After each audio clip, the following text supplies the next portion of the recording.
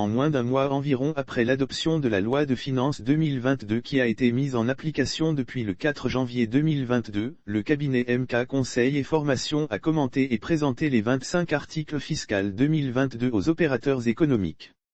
C'était au cours de la journée technique de formation qui a eu lieu ce jeudi 13 janvier 2022, à Abidjan Cocody Angré 7e tranche à la salle Lorksan Event. Le cabinet MK Conseil et Formation a présenté et commenté les 25 articles de la nouvelle annexe fiscale 2022. Lors de la journée technique adressée aux opérateurs économiques, ce jeudi 13 janvier 2021 à Abidjan Cocody. L'objectif selon M. Assemian-Pierre, manager au cabinet, était de permettre aux opérateurs économiques, principaux destinataires des nouvelles mesures, d'en faire bon usage dans le cadre de la gestion fiscale de leur entreprise. Le formateur du jour a expliqué qu'il était impératif que les changements et les aménagements apportés au dispositif fiscal soient portés à leur connaissance. Assemian-Pierre instruit les participants sur l'annexe fiscale grâce à une démarche articulée autour des axes que sont les mesures de renforcement de mobilisation des recettes fiscales, mesures par lesquelles l'État entend accroître ses recettes fiscales, ainsi que les mesures de soutien à l'économie. M. Assemian-Pierre a instruit les participants venus nombreux sur l'annexe fiscale, il a exposé et commenté l'annexe fiscale 2022 devant plusieurs opérateurs économiques. Lire sur le même sujet. Côte d'Ivoire, fraude sur les exonérations douanières des parlementaires s'engage pour des poursuites judiciaires. Les propos Assemian-Pierre. Cette année fiscale élève un peu le niveau de la pression fiscale en Côte d'Ivoire par rapport à certaines dispositions qui sont des dispositions contraignantes. Les principales dispositions de l'annexe fiscale 2022 sont situées en 4 axes.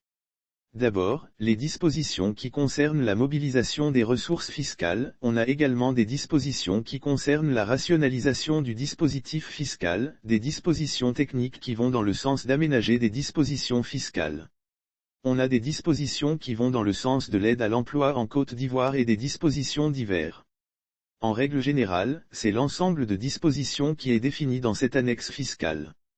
Cette annexe fiscale élève un peu le niveau de la pression fiscale en Côte d'Ivoire par rapport à certaines dispositions qui sont des dispositions contraignantes. Lire sur le même sujet. Annexe fiscale 2022, voici les secteurs sur lesquels l'État compte s'appuyer pour la mobilisation des ressources fiscales. On a des dispositions qui aident, qui accordent des crédits d'impôt, des dispositions qui viennent accorder des réductions de taxes qui existent dans cette annexe fiscale, a indiqué Assemian-Pierre, conseiller juridique et fiscal, directeur technique au cabinet MK Conseil et Formation. Mesures techniques et de rationalisation du dispositif fiscal. Le manager a également évoqué les mesures techniques et de rationalisation du dispositif fiscal destinées à aménager et à apporter des éclaircissements relativement à certaines dispositions déjà existantes. Ce sont entre autres, l'aménagement des dispositions relatives à l'obligation de production de certains documents annexes spécifiques, et l'aménagement des dispositions relatives à l'obligation déclarative des entreprises et des personnes morales en matière d'impôts fonciers. Le personnel des services juridiques, fiscaux et comptables des sociétés présentes a ainsi été outillé sur l'annexe fiscale 2022. Le séminaire a été marqué par des exposés et des échanges instructifs.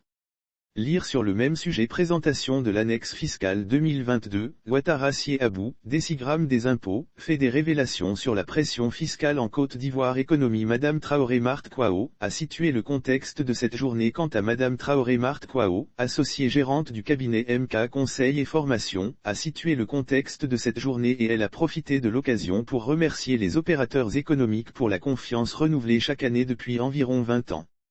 Les propos de Madame Traoré Marthe. S'ils ne se forment pas, ils ne se familiarisent pas avec ces textes évidemment, ils auront toujours mal à partir avec l'administration.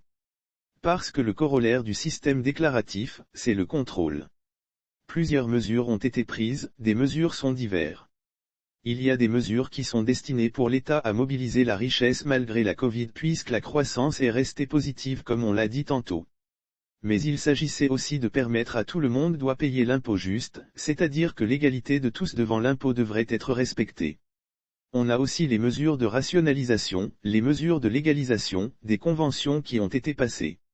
Voici globalement ce sur quoi nous avons instruit les participants qui sont venus au titre des entreprises pour savoir le contenu de la loi de finances de 2022, a déclaré Madame Traoré Marthe.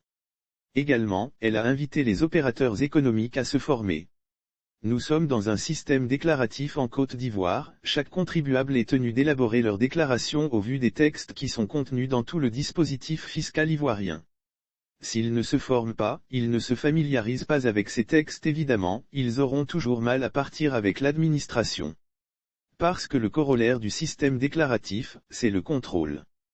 Lire sur le même sujet économie, l'annexe fiscale 2022 en vigueur dès ce 4 janvier nous en tant que conseil, c'est de porter l'information, c'est de pouvoir parler le même langage que nos clients et l'administration fiscale, a exhorté Madame Traoré Marthe Kwao, associée gérante du cabinet MK Conseil et Formation aux participants et aux opérateurs économiques. L'objectif du gouvernement ivoirien entend définir une politique fiscale par ailleurs, il faut noter que le gouvernement ivoirien entend définir une politique fiscale visant, d'une part, à améliorer significativement le taux de pression fiscale, tout en veillant à sa meilleure répartition et, d'autre part, à contribuer à la transformation structurelle de l'économie.